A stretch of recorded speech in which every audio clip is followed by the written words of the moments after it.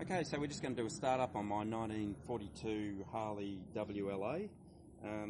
Just before we do, while you're standing out the front here, I'll just show you some of the electrics out the front here work. Just turn the power on, horn works. There you go, you've got the headlight on. And if I go back to the position on the ignition for the blackout lights, you'll be able to see that the blackout light there works, which is absolutely useless. The whole bike's got a 6-volt system and you're not going to see anything by that.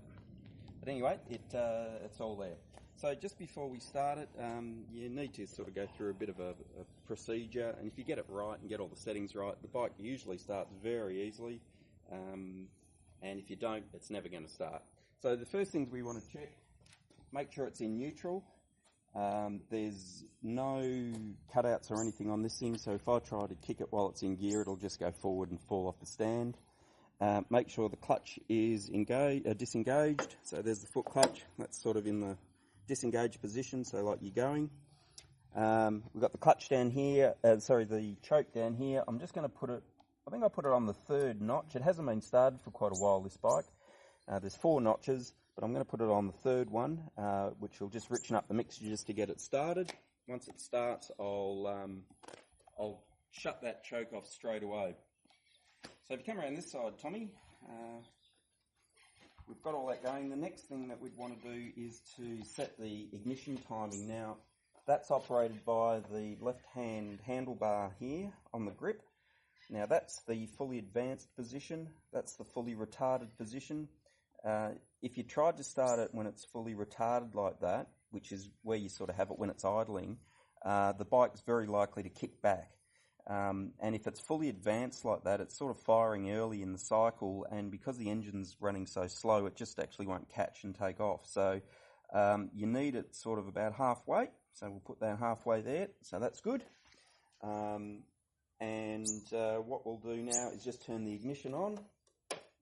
Got some lights on. Keep an eye on the oil pressure, make sure that goes out straight away. We've got the generator light on there as well. They're a bit hard to see at the moment in the sun. Then what we'll do is just give it some throttle, about half throttle. I'll fire it up, and once I kick it over, straight away I'm going to put the choke in and go back to the normal mixture, the idle mixture, and then I'll retard the timing and set the idle with the throttle. Alright, so let's have a go. The motor is cold, it hasn't been started for a few days, so we'll just see how we go.